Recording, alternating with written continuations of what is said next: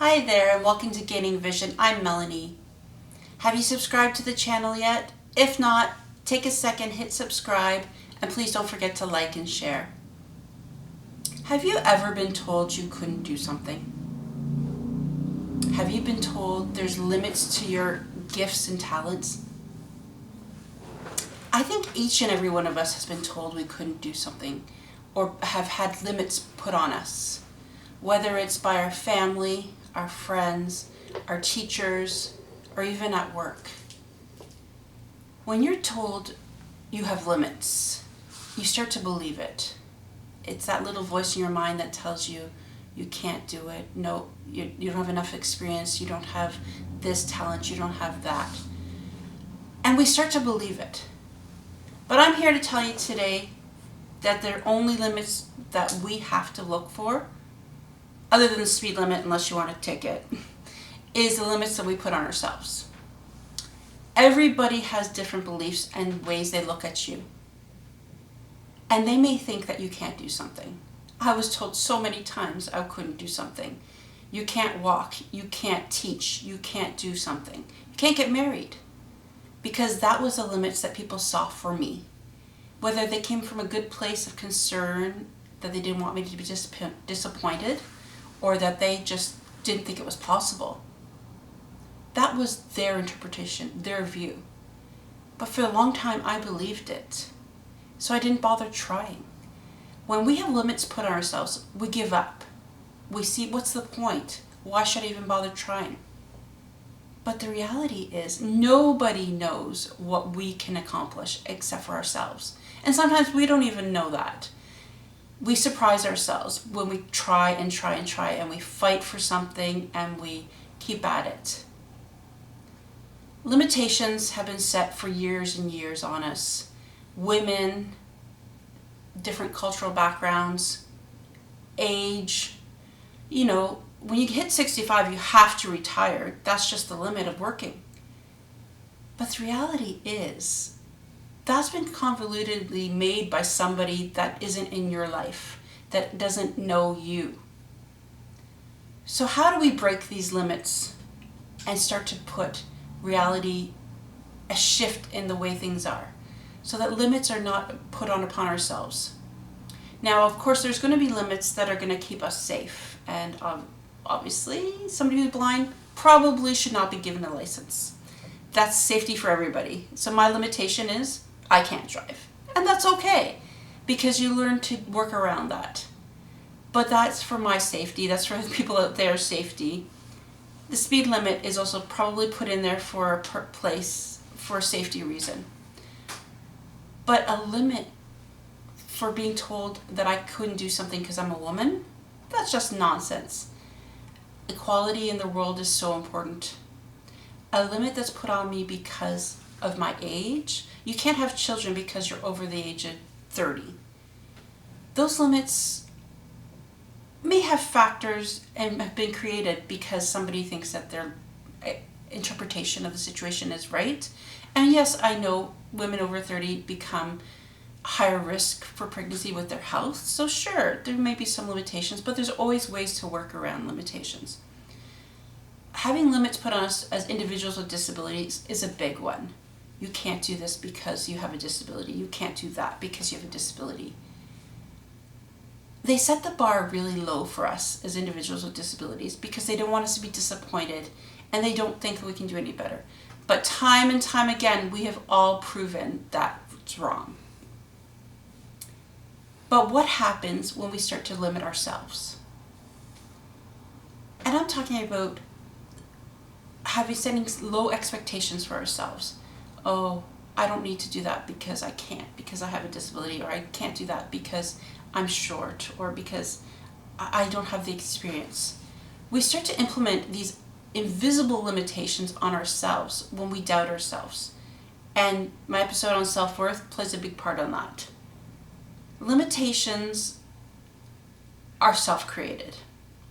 They're sometimes systemic and societal, but we know what we can do. And if we don't know, we need to learn and experiment and try. Because only one that can truly limit ourselves is ourselves. So I'm going to use an example.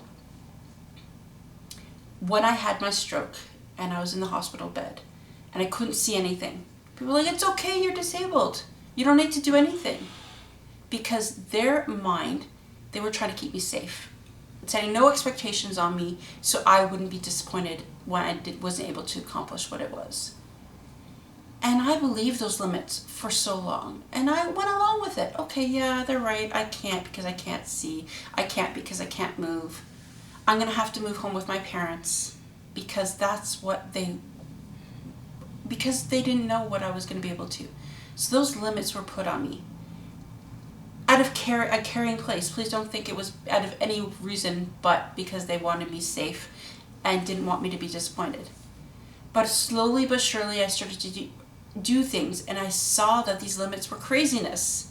So I moved out on my own. I went to teachers college. I got a job. I got to break all of those limits and prove to people that anything is possible. We put limits on our kids, probably again out of that safety thing and fear that they're going to get hurt. But by limiting their opportunities, we're taking something away from them. We're limiting their experiences. We're limiting their opportunities to engage with all different people with different opportunities to make something of themselves. So when is it the right time to put a limit in, and when is it not? As I mentioned before, safety factors, obviously, if you're not going to let a child who's under the age of, 12 stay home by themselves, because that's just not realistic. It's not safe, and you probably get in trouble from the law. But we also have to allow flexibility with those limits. So perhaps you keep somebody at a distance, keeping an eye on them, and let them experience what it's like to be at home by themselves. You're going to teach them right from wrong. You're going to teach them the importance of understanding safety issues. And then as slowly but surely, when you have somebody watching from afar, or somebody that you're able to stay home for a little while, maybe an hour, and they're going to prove to you what they can and can't do. So then all of a sudden, the limits are going to start to expand and grow. And that's really important. And then that's the same thing when we get into the professional world. There's always going to be limits. You have to follow the job outline. You have to follow the company's guidelines. And that makes sense because you work for a company. That's their brand. That's their policies and procedures. But you're also limited by your role, only by what you can do. And an example of that might be when you work in the helping field. You may have a job that you're supposed to do this, A, B, and C. But one of the people that you serve, the customers call asking for help in D, E, and F. So where is the limit of what you're allowed to do and how you can help them to provide the most excellent customer experience without getting in trouble? This is a gray area for a lot of companies, but it also depends on the individual. I know if I get a call and somebody's in crisis, it may not be part of my job experience or my job description, but I am going to go out of my way to help that individual have the best experience possible and provide them the information that they need. So it may take me a little bit longer, and maybe after work hours that I may put that out, but those limits have to be a little bit flexible, because at the end of the day, when you're dealing with individuals and human beings, by putting limits on the experience that they get or the service that they get, it's not going to help, it's going to hurt somebody. But back to the limitations we put on ourselves, because this is something we can actually control. We can't control the limits that are put on by society or a workplace, but we can control the limits we put on ourselves. So if you think that you're only good enough to achieve a high school diploma, that's what you're going to do. But if you open up the possibility to educating yourself outside of that and going for a bachelor's or a college diploma, or even like a master's degree or a PhD, the limits are endless. There's no limits. There's possibilities open up. And the more you try and the more you achieve, the better you're going to feel about yourself. And then you're not going to put you're going to put less limits on yourself. If you think that you're only going to make so much money in a year, you're limiting yourself. You're not going to be creative and thinking of other opportunities that make money on the side of your regular 9-to-5 job.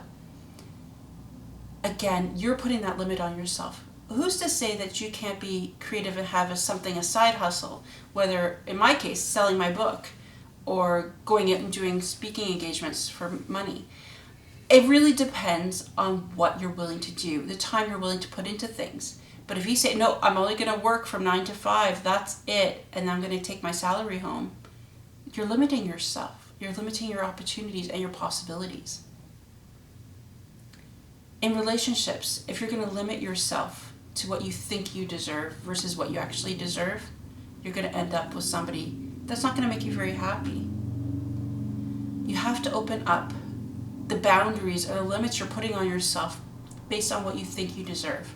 You deserve the best. You deserve anything and everything. So you need to start to loosen those limits you put on yourself and stop listening to that little negative voice in your mind. Limits are good for safety reasons. Limits are not good for your personal life, your professional life. The limits I'm talking about are the ones that you impose on yourself. So let's bust all those limits. And I keep hearing that song, There's No Limits, because really, truly in life, there shouldn't be limits on what you can accomplish. If you believe in yourself and your abilities, anything is possible. And I encourage you to bust all those limits you've set for yourself. Take a good look at your life. What limits have you put into your life and why? There's always an underlying reason of why you've put them there. Is it something you've been told from somebody that maybe had misguided intentions? Or is it something that you're believing in yourself? Maybe you need to have that conversation with yourself about your self-worth. The reality is, limits hold us back. So stop putting limits on yourself. Take a few minutes today and look at your limits. Perhaps limits are there to keep you from overdoing it and self-extending yourself, but only you know what you can do. So again, re-examine those limits in your life. Until next time, please don't forget to subscribe to the channel, like and share, and bust those limits.